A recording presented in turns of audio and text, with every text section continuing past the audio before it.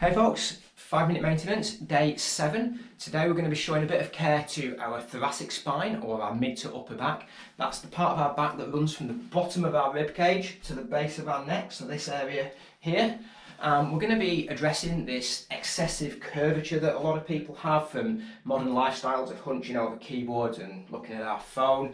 We're going to work on a bit of movement awareness to be able to move the thoracic spine independently of the rest of the body. What often people tend to do, if you ask them to just move the thoracic spine, the rib cage around the neck, and the pelvis goes with it. So we're going to work on that. We're going to mobilise and stretch out in all 3 planes of motion. We're going to restore some much needed movement to the spine, and we're just going to generate a bit of movement awareness here of what's going on up here and why it's important. For today's session, you're going to need a foam roller. This isn't going to be for rolling out in the conventional sense, it's more of a stretching aid, so it doesn't matter what kind of roller it is. So go grab that now, pause the video if you need to. Before we start, I would love it if you would give my Facebook page a like, subscribe to my YouTube channel, and if you're finding these videos useful, please share them around, tag a friend, let's keep this all going. Okay, so grab your roller and let's get started. Okay, so we're going to start in this seated position.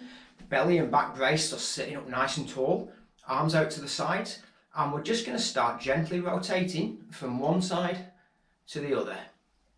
Now the key here is to keep the head pointed straight forwards, keep the pelvis rooted to the floor, and what this means is that all the movement is just coming from that thoracic spine. It's all coming from this area around the rib cage. We're not compensating in the neck or in the lower back.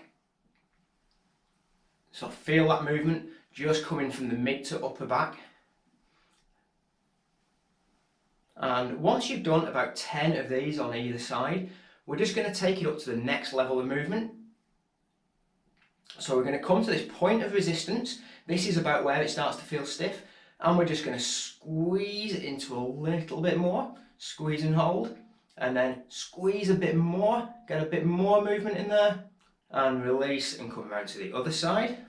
Same on this side, point of resistance, squeeze into a bit more rotation, and hold for a second, and then squeeze again, get even more, as much as you can, and release. And we're going to do that again on both sides. So squeeze once, hold, and squeeze again, get it right round as far as you can, and release. Back to the other side, one last time, squeeze into more movement, hold, and then squeeze again, get a real good squeeze on that, and back to the centre. So the next movement we're going to do is side flexion, that's tilting of the rib cage from side to side. So we're going to come up into a kneeling position for this one. And to make sure we're going to get the movement from where we want it to come from, I want you to put your hands on your rib cage here, so you can feel that it's the rib cage tilting and we're not moving from the lower back or the neck. And we're just going to start gently tilting that rib cage from side to side. Now you're not going to get much movement here, that's fine. The main point is that we're getting some movement and we're unlocking that movement from having to move with the lower back, the lumbar spine and the neck.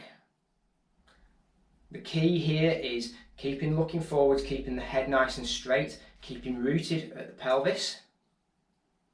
It can be really useful to do this in front of a mirror because it's natural for the head to go side to side like this and to tilt over. And it's also natural to try and initiate the movement through the shoulders like this by just moving the shoulders up and down, so we want to avoid that. So that's why we have the hands on the rib cage and we can feel that movement through the entire process. Now once you've done about 10 to 12 of these on either side, we're just going to get a deeper stretch in there. So as we come to one side, we're going to take the arm up above and we're going to just push with this hand on the rib cage to send it out to the side a bit more, and we're going to reach up and over, get a good side bend in that spine, and coming down and doing the same on the other side, reaching up and over, pushing into that rib cage, getting that bend in there, really trying to get as much of a bend as we can.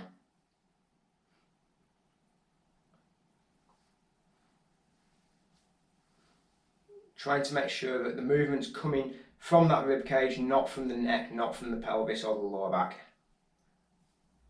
One more of these on each side.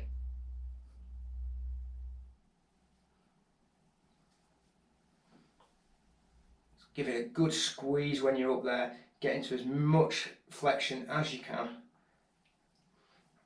And that's that done.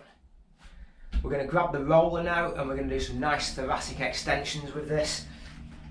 So we're going to place that roller at about the midpoint in our back and we're going to lie back onto it. Hands behind the head, so supporting the neck. The roller wants to be at about the base of the rib cage in the middle of the back. And nice and gentle, only as far as you're comfortable with. We're just going to start rolling back over that roller and coming out. Starting off nice and gentle and getting deeper each time. We're getting a nice deep stretch in that upper back now. We're flattening that curve, getting some good extension in there.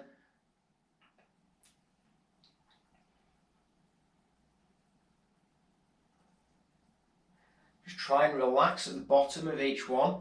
Let those tissues melt away over that roller. And once you've done 10 of these, we're just going to relax back into a deeper stretch. Use your breath, a big out breath, exhale and just relax everything backwards. So, and just let everything melt over that roller. You're going to feel a real deep stretch in that upper back. You're probably going to feel it around the front as well. And just hang out here in this position for as long as you feel comfortable. I'm going to just do about 15 seconds. But feel free to pause the video and spend a bit longer there if you want. And then we're just going to roll the roller a little bit higher up our back. And we're going to do the same thing. Now you're going to get less movement here. We've got less of those intervertebral joints to provide the movement, so each joint is going to be working a bit harder, and we're just going to do the same thing coming in and out of this position.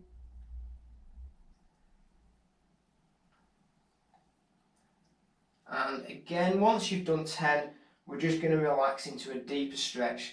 Now be very careful with this. We're going to extend the arms out backwards, so we're going to have to gently let go of the head. Let the head hang loose and stretch those arms out. Get a real deep stretch. You're going to be opening up the lats here as well as everything along the front. And just stay in this position for as long as feels comfortable. Use your breath to relax into it as much as you can.